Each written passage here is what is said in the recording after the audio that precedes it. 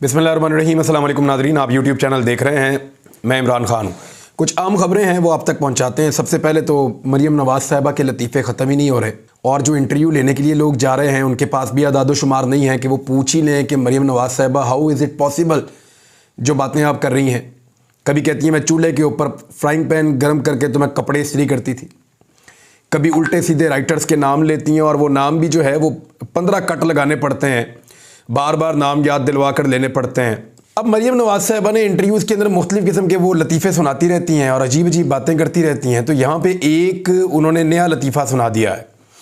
मरीम नवाज़ ने कहा कि जो चीफ़ जस्टिस थे आसिफ सईद खोसा साहब, उनके बारे में मरीम नवाज़ ने क्लेम किया कि खोसा साहब ने नवाज शरीफ साहब से एक्सटेंशन मांगी थी। ये मरीम नवाज़ साहिबा ने क्लेम किया। एक तो चीफ जस्टिस ऑफ पाकिस्तान को एक्सटेंशन नहीं दी जा सकती, उसके अंदर कोई ऐसा तरीक़ाकार नहीं है। और चीफ जस्टिस ऑफ पाकिस्तान की तकर्री में भी हुकूमत का कोई ऐसा किरदार होता नहीं है जैसा आर्मी चीफ की तकर्री के अंदर होता है। यानी अगर इमरान खान वज़ीर आज़म है और वो चाहते हैं कि अगला चीफ जस्टिस ये शख्स ना आए या वो शख्स ना आए तो वो नहीं कुछ कर सकते, और अगर वो चाहे कि ये वाला आ जाए तो वो नहीं कुछ कर सकते। तो फिर नवाज शरीफ भी वज़ीर आज़म थे तो उनके पास ये इख्तियार नहीं था। लेकिन एक बहुत अजीबो गरीब जो मरीम नवाज़ साहिबा ने स्टेटमेंट दिया, वहाँ सहाफ़ी ने भी नहीं पूछा और मेरे ख्याल में उनके दिमाग में नहीं आया होगा। हालांकि सहाफ़ी जो है वो उनको नॉर्मली इन चीज़ों का पता होता है। आसिफ सईद खोसा साहब ने जो हलफ लिया था चीफ जस्टिस ऑफ पाकिस्तान का, वो लिया था 18 जनवरी 2019 को। 18 जनवरी 2019 को नवाज शरीफ साहब कहाँ थे, याद है आपको? 18 जनवरी 2019 को नवाज शरीफ साहब कोट लखपत जेल के अंदर बंद थे और ओहदे की मुद्दत ख़त्म होती है जस्टिस खोसा साहब की 21 दिसंबर 2019 को। अब 21 दिसंबर 2019 को नवाज शरीफ साहब कहाँ थे? नवाज शरीफ साहब 19 नवंबर 2019 को पाकिस्तान से निकलकर बरतानिया चले गए क्योंकि वो शदीद बीमार थे उनके बकौल, और उनके प्लेटलेट्स गिरे हुए थे और वो वहाँ जाके इलाज करवा रहे थे। अब मरीम नवाज साहिबा ने एक पोल और खोल दिया नवाज शरीफ साहब का। ये वो गड़ा मुद्दा है जिसको नहीं उखाड़ना चाहिए था और इससे नवाज शरीफ साहब को बहुत नुकसान होगा। ये खबर बहुत पहले से मार्केट में थी कि नवाज शरीफ साहब जब नैब की हिरासत में थे तो नवाज शरीफ साहब को जानबूझकर डॉक्टर अदनान के थ्रू कुछ ऐसा खिलाया गया दवाइयों के साथ जिससे नवाज शरीफ साहब के प्लेटलेट्स गिर गए, और ये कहानी बड़ी मशहूर हो चुकी थी और ये पता था कि नवाज शरीफ साहब के आर्टिफिशियली प्लेटलेट्स गिराए गए हैं और उनको मैनेज करके रखा गया है और इसके बाद जब चाहेंगे तो उनको वापस भी ऊपर लाया जा सकता है। और उनकी रिपोर्टों के अंदर भी दो नंबरी हो रही थी और आपको पता है उस वक्त पाकिस्तान का एक ताकतवर तरीन आदमी नवाज शरीफ को निकालने के लिए पूरी गेम कर रहा था और डील के नतीजे में नवाज शरीफ साहब पाकिस्तान से बाहर गए नवंबर 2019 में। तो ये जो जहर वाली बात है ये उस वक्त जो है नवाज शरीफ के एक बेटे ने की थी और उसी वक्त शोर मच गया था कि जो भी नवाज शरीफ को दिया जाता था वो उनके घर से आता था और घर वाले खुद लेकर आते थे और वही नवाज शरीफ साहब को देते थे। नवाज शरीफ साहब को खाते थे और वो सामान वापस चला जाता था। इस बात को आप दोबारा ज़हन नशीन कर लें कि जो भी आता था घर से आता था। डॉक्टर अदनान लेकर आता था। डॉक्टर अदनान को अगर गिरफ्तार किया जाता और उनसे पूछा जाता कि आप बताइए कि आपने नवाज शरीफ साहब को ऐसा क्या दिया, तो सारा का सारा पोल खुल जाना था कि ये प्लेटलेट्स किस तरीके से मैनेज किए गए और कैसे गिरे हैं। अब मरीम नवाज ने क्योंकि ये बात कर दी है तो नवाज शरीफ से जब ये सवाल किया गया बरतानिया में तो उन्होंने कहा कि उन्हीं से पूछें जिन्होंने जहर दिया। यानी नवाज शरीफ के पास भी इस सवाल का जवाब नहीं है। तो ये एक ऐसा पोल है मरीम नवाज ने जो नवाज शरीफ का खोल दिया कि अब उनके पास सवालों के जवाब नहीं होंगे। जैसा कि हीथ्रो एयरपोर्ट पे नवाज शरीफ साहब जब उतरे बरतानिया में तो उन्होंने अपना पहला टेस्ट करवाया उसी दिन जिस दिन वो वहां पहुंचे। उस दिन उनके प्लेटलेट्स बिल्कुल नॉर्मल थे, 2.5 लाख। 3 दिन बाद फिर टेस्ट करवाया, प्लेटलेट्स नॉर्मल थे, 2.5 लाख। और आज तक वो रिपोर्टें ऐसी छुपा कर क्लासीफाई करके रखी हैं शरीफ खानदान ने कि आज तक उन रिपोर्टों को सामने नहीं आने दे रहे। पाकिस्तान के अंदर एक दिन में 3 मरतबा रिपोर्टें दिखाई जाती थी कि ये देखें प्लेटलेट्स, ये देखें प्लेटलेट्स, ये देखें प्लेटलेट्स। लेकिन जैसे ही नवाज शरीफ जहाज के अंदर बैठे उस लम्हे के बाद से लेकर आज तक इन्होंने रिपोर्टें नहीं दिखाई कि रिपोर्टों के अंदर एक्चुअली है क्या। अदालतें कहती रही कि लाओ रिपोर्टें दिखाओ, तो तब भी नहीं दिखाई। तो ये जो मरियम नवाज साहिबा ने एक और बहुत बड़ा भंड मार दिया है कि जस्टिस खोसा जो है नवाज शरीफ साहब से एक्सटेंशन लेना चाहते थे। भाई नवाज शरीफ साहब तो जेल में थे, उस वक्त वजीर आजम इमरान खान थे, और वजीर आजम इमरान खान भी एक्सटेंशन नहीं दे सकते थे। यानी एक्सटेंशन लेनी है तो जेल के एक कैदी से लेनी है, एक्सटेंशन तो लेनी है तो वजीर आजम के पास जाना है, और वजीर आजम के पास भी वो इख्तियार नहीं है। इवन वो इख्तियार पाकिस्तान में किसी के पास भी नहीं है, ऐसी एक्सटेंशन हो नहीं सकती। तो ये मरियम नवाज साहिबा ने एक और काम डाल दिया आपके सामने। पाकिस्तान तहरीक इंसाफ ने कुछ बड़े अहम फैसले किए हैं, लेकिन चंद चीज़ें मैं आपको पहले बता देता हूँ। एक तो इमरान खान साहब ने मुलाकातें की हैं उन तमाम कारकुनों से जो ख़ास तौर पे उनसे जो थोड़े स्पेशल लोग हैं, बच्चे हैं, बुज़ुर्ग हैं, कुछ ख़वातीन आ जाती हैं, कुछ ऐसे नौजवान आ जाते हैं बाहर जो शुरू के दिनों से वहाँ पे मौजूद हैं या रोज़ाना आते हैं ज़मान पार्क में इमरान खान साहब की हिफाजत के लिए। तो उनमें कुछ बच्चे भी थे कुछ लोगों के साथ, तो उन्होंने कहा इन लोगों को लेकर आओ अंदर, क्योंकि ये जो ज़िले शाह वाला वाक़या हुआ उसने उन पर बड़े असरात डाले हैं और उन्हें खासी तकलीफ़ है। सिक्योरिटी रीजंस के बावजूद इमरान खान साहब पहले भी कहते रहे हैं कि लोगों को मिलाओ, लेकिन इमरान खान साहब की सिक्योरिटी और सिक्योरिटी की टीम, उन्होंने बड़े सख्त किस्म के चेक रखे हुए हैं और वो किसी को भी इमरान खान साहब से जाकर अंदर मिलने नहीं देते।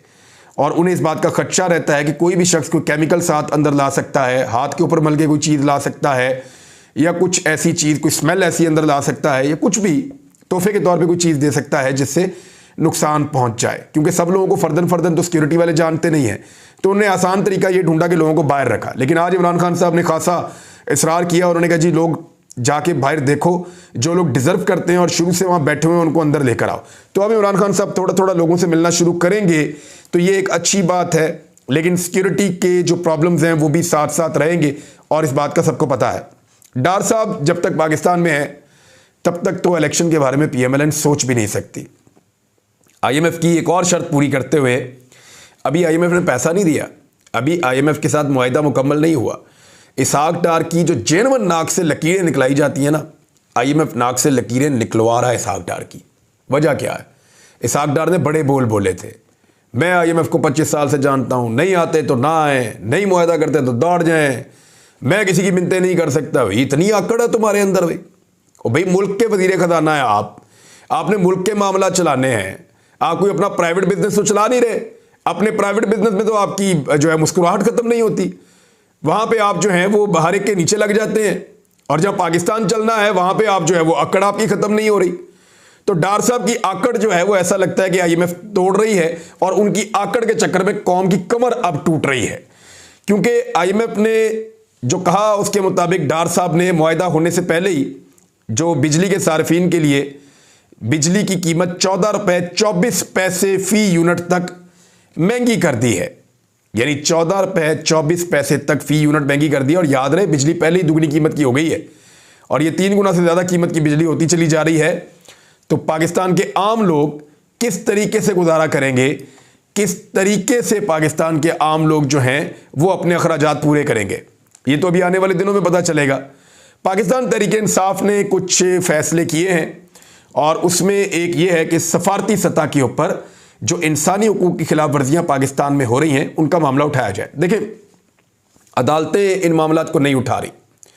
जिस तरह दिल्ले शाह का कत्ल हुआ, जिस तरह दफ़ा 144 लगी और फिर उठा ली गई, सारा दिन लोगों को मारा गया, पाकिस्तान में कोई अदालत को होश ही नहीं है। पाकिस्तान में कोई ऐसा इदारा ही नहीं है जिसके पास आप ले जाएं एप्लीकेशन और जाकर कहें कि ये ज़्यादती हो रही है। किसी ने बात ही नहीं सुनी। तो पाकिस्तान तहरीक इंसाफ या तो कानून हाथ में ले ले, और वो बिल्कुल गलत होगा, नहीं लेना चाहिए, तो या फिर कानून जो है वो इंसाफ देना शुरू कर दे, वो भी नहीं मिल रहा। तो फिर उन्होंने जो आलमी इदारे हैं उनसे रब्ता करने का फ़ैसला किया, और इमरान खान साहब ने शाह महमूद कुरैशी को गैर मुल्की सफारतकारों को ख़त लिखने की हदायत कर दी है। सफारतकारों को लिखे जाने वाले खतूत में इंसानी हुकूक की खिलाफ वर्जियों का मामला उठाया जाएगा। इंसानी हुकूक की आलमी तंजीमों को भी खतूत की कॉपियाँ अरसाल की जाएंगी, और खतूत में ज़िले शाह की हलाकत का मामला और जो भी मुकदमात दर्ज किए जा रहे हैं कंटिन्यूसली, 100 मुकदमे तो इमरान खान साहब पे होने वाले हैं, 80 के करीब हो गए हैं। लाठी चार्ज होता है, आंसू गैस जो है वो फेंकी जाती है हमेशा एक्सपायर्ड, और तशद्दुद के वाक़यात जो हैं वो बढ़ते चले जा रहे हैं। लोगों को नंगा कर रहे हैं, लोगों के मुंह पे कपड़ा डाल रहे हैं, सहाफ़ियों के साथ जुल्म सितम हो रहा है। दर्जनों मुकदमात दर्ज हैं, 2 दर्जन तो मेरे पे ही हैं सिर्फ। तो इस किस्म की जो सूरत हाल है वो सारे को उजागर करेंगे दुनिया के सामने पाकिस्तान तहरीक इंसाफ के लोग। मेरे ख्याल में ठीक है, ये जब इंसाफ ना मिले तो फिर आगे से आगे बढ़ना चाहिए और कोशिश करते रहना चाहिए।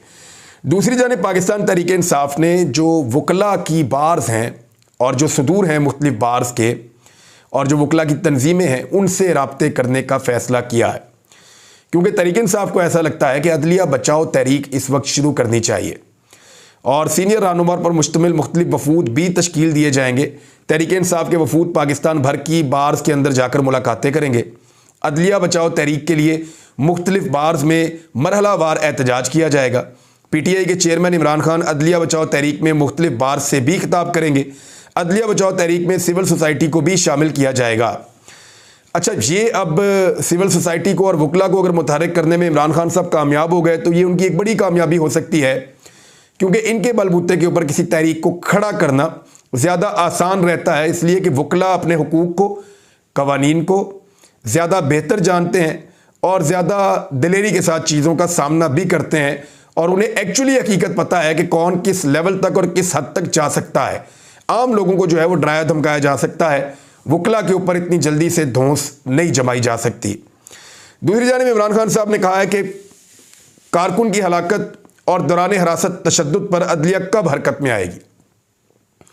अब एक और भी खबर आ रही है और वो ये आ रही है कि PNN का रिपोर्टर ज़ुहैब, अगर वो ये फुटेज ना बनाता तो आज इमरान खान साहब के ऊपर अलग से ये एक कत्ल का मुकदमा दर्ज किया जाता। और मुबैना तौर पे मुझे एक साहब ने फ़ोन करके ये चीज़ बताई। उन्होंने कहा कि ज़िल्ले शाह जब गिरफ़्तार हो गया था तो उस वक्त ये फ़ैसला किया गया कि पाकिस्तान तहरीक इंसाफ के एक कारकुन को मार दिया जाए और उसको पाकिस्तान तहरीक इंसाफ की क़यादत पर डाल दिया जाए और कत्ल का एक ऐसा मुकदमा दर्ज किया जाए जिसके नतीजे में इमरान खान साहब को लंबे अरसे तक अंदर रखा जा सके। तो ज़िल्ले शाह जो है उसको सेलेक्ट किया गया और उसको टॉर्चर करके मारा गया मुबैना तौर पे। मैं आपको फिर कह रहा हूं, जिसने मुझे ये बात बताई है। और जब मार दिया गया तो फिर इसकी लाश को पहुंचाया गया सर्विसेज अस्पताल। अब कोशिश की जा रही है कि तमाम फुटेज जितनी भी है इस वाक़े से रिलेटेड उसको डिलीट कर दिया जाए, लेकिन ज़ुहैब नामी एक रिपोर्टर हैं, वो अपने मोबाइल कैमरा के साथ उस वक्त उस गाड़ी के बाहर पहुंच गए जहां पे कारकुनों को अंदर बंद किया गया था और कारकुनों को उन्होंने आवाज़ देकर पूछा तो अंदर उसको ज़िले शाह नज़र आ गया। ज़िले शाह क्योंकि इस पूरे जो बाहर कैंप्स लगे हुए हैं ज़मान पार्क के बाहर, उनकी जान था, लोगों के साथ सबके साथ इसके ताल्लुकात थे, सहाफ़ियों के साथ भी, हर एक के साथ। तो ज़िले शाह जो है इसको उसने आवाज़ दी तो ज़िले शाह ने अंदर से जवाब भी दिया और उस वक्त वो भला चंगा था। ये जो वीडियो थी इसको हामिद मीर के ज़रिए, जियो के ज़रिए, समा के ज़रिए, 24 चैनल के ज़रिए साबित करने की कोशिश की गई कि ये वीडियो जेल भरो तहरीक के टाइम की है और ज़िले शाह कल गिरफ्तार नहीं हुआ, बल्कि ये साबित करना चाह रहे थे कि इसको पाकिस्तान तहरीक इंसाफ ने कत्ल करके पुलिस पे डालने का मंसूबा बनाया है। इमरान खान लाशों की तलाश में थे और ये कहा जाएगा कि जी उन्होंने, क्योंकि लाश की तलाश थी तो बंदा मार के तो उन्होंने डाल दिया पुलिस के ऊपर और गवर्नमेंट के ऊपर, लेकिन वो अपने मंसूबे में नाकाम हो गए। इसीलिए कहते हैं ना, एक मंसूबा इंसान बनाता है और एक मंसूबा अल्लाह रब्बुल इज़्ज़त बनाते हैं और अल्लाह रब्बुल इज़्ज़त के मंसूबे के सामने किसी का मंसूबा नहीं चलता। तो हुआ ये कि वो वीडियो बन गई और वो वीडियो वायरल हो गई और वो वीडियो के सारे सबूत इस वक्त मौजूद हैं। अब गवर्नमेंट को ये उल्टा पड़ गया कि भाई बंदा तो मर गया है तो अब हम करें क्या, तो उन्होंने फौरी तौर पे उसको एक्सीडेंट डिक्लेयर कर दिया। लेकिन एक्सीडेंट के अंदर इस नौयत की जिस्म के आगे और पीछे दोनों तरफ, ऊपर और नीचे हर तरफ 26 चोटें नहीं लग सकती, मुमकिन नहीं है, हमने कभी कोई ऐसा एक्सीडेंट नहीं देखा। और ज़िले शाह हिरासत में था, एक ऐसा आदमी जिसको गिरफ्तार किया गया था वो कैसे किसी और जगह पे चला गया और वहां पे उसका एक्सीडेंट हो गया? How is it possible? ये मुमकिन नहीं है। और जो बाकी लोग थे वो कहां पहुंचे थे और उनके ऊपर कहां टॉर्चर किया गया था और जो 7 गिरफ्तार किए गए थे, ये पूरी इन्वेस्टिगेशन मांगता है मामला। इस पर एक जुडिशियल इंक्वायरी होनी चाहिए। साजिश जो है वो बेनकाब हो चुकी है, लेकिन ताकत जो है वो अपना काम दिखा रही है और ज़िले शाह के वालिद ने कहा है कि वो कोई कार्रवाई नहीं चाहते। अब आपको अंदाज़ा है कि जब कोई ऐसा कहे और उसके सामने 2 चैनल्स के माइक हों, एक जियो टीवी और एक 24 चैनल, तो आपको आइडिया हो जाना चाहिए कि एक्चुअली इसके पीछे खेल क्या है। इमरान खान साहब ने कहा कि हुकूमत के क्रैकडाउन का मकसद इलेक्शन से फरार हासिल करना था, और साथ ही साथ उन्होंने कहा कि टैक्स पेयर के पैसे से मरीम नवाज की मुहिम चलाई जा रही है और मुझे इलेक्शन कैंपेन चलाने से रोका जा रहा है। और साथ ही उन्होंने कहा कि इनका मकसद था कि क्रैकडाउन का मकसद लाशें गिराना और उन्हें उठाकर बलूचिस्तान ले जाना था, इमरान खान को उठाकर। वो वैशी जिन्होंने तशद्दुद से हमारे ज़िले शाह की जान ली दरिंदों से भी बदतर हैं।